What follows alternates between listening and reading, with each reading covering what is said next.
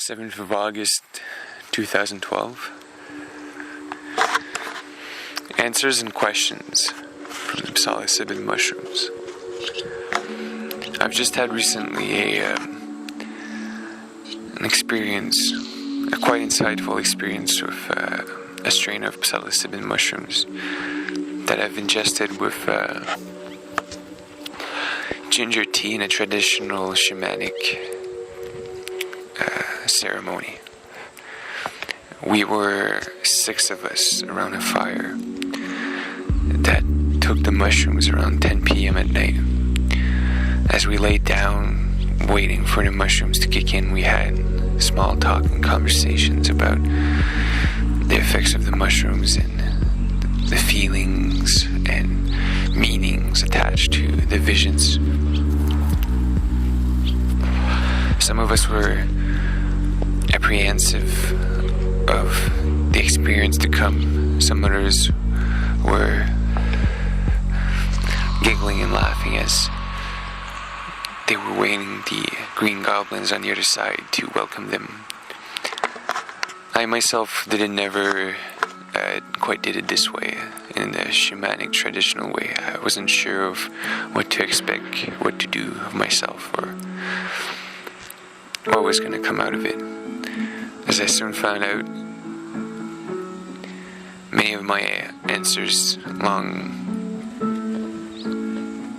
that I asked myself, were about to be answers in the most meaningful and colorful way.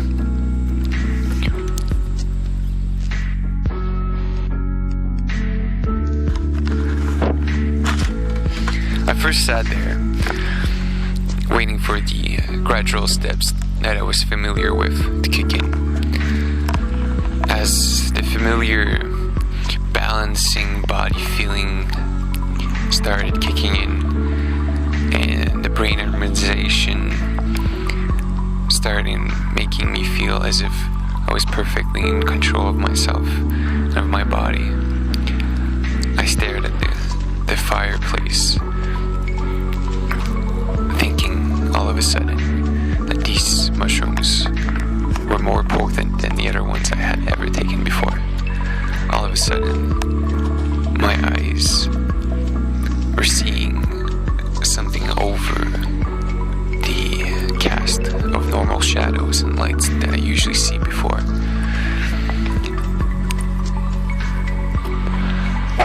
In crystals, formations of geometrical patterns appeared on the backside of what it seemed to be the projection of my eye, keeping its rhythm of going back and forth.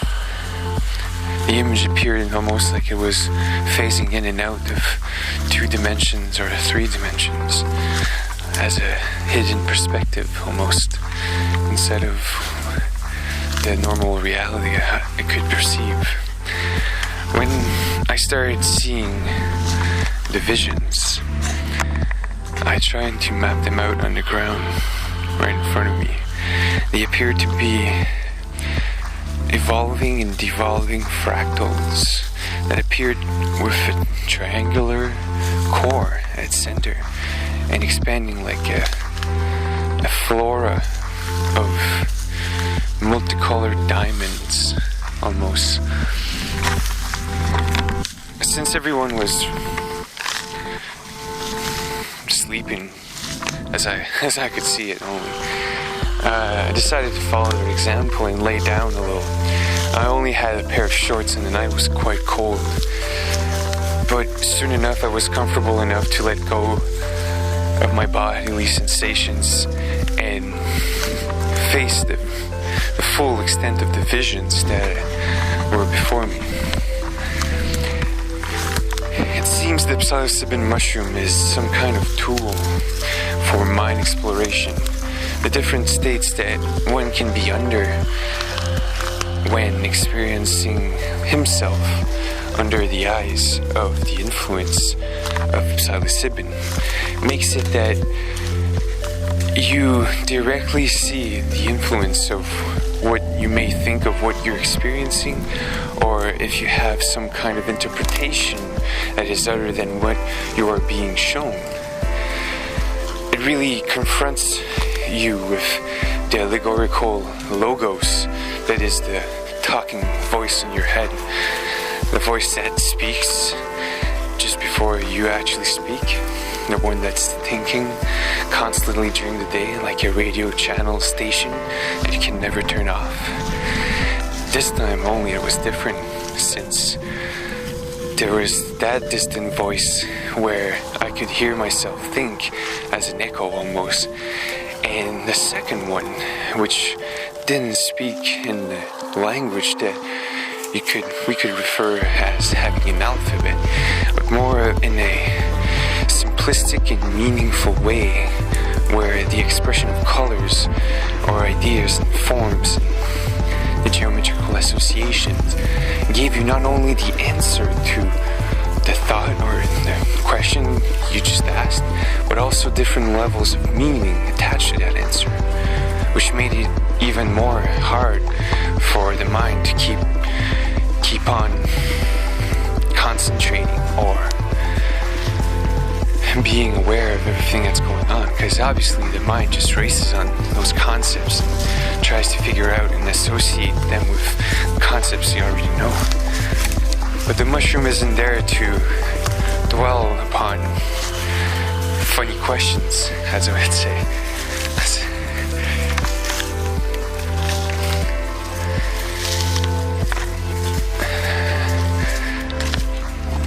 I soon had an urge to go relieve the pressure in my bladder.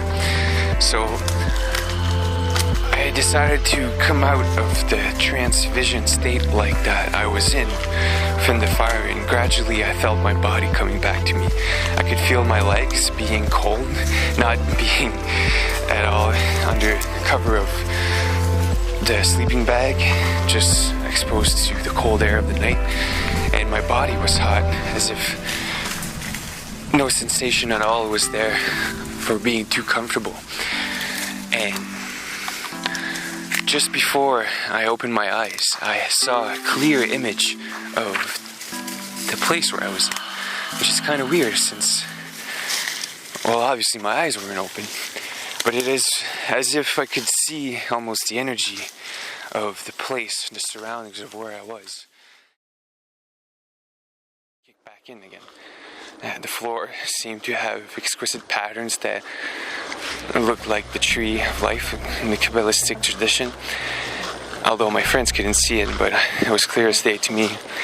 And soon found myself being unable to speak, as the grounds were all of a sudden changing and seemed to appear with cracks, as if they were gonna crack beneath my feet. I decided to go back and lie down inside, away from the fire. This is when I consider the most important part of this experience happened to me.